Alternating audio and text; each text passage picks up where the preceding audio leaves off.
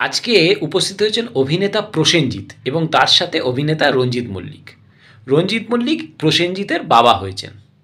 এটা কর্ণের আদালত, আর কর্ণের কাছে হাইকোর্ট, সুপ্রিম কোর্ট সবই এটা।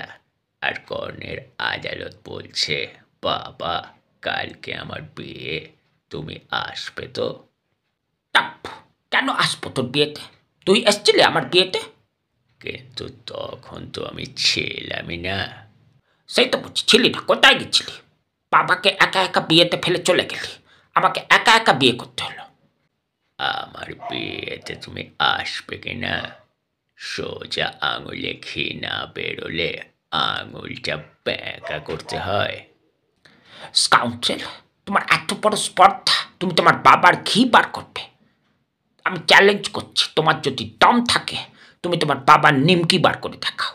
তুই যদি তোর বাবার নিমকি বার করতে পারিস, আমি নিজে দুধ বার করে সেই দুধ দিয়ে চা বানিয়ে তোর নিমকি খাবো, বলে গেলাম।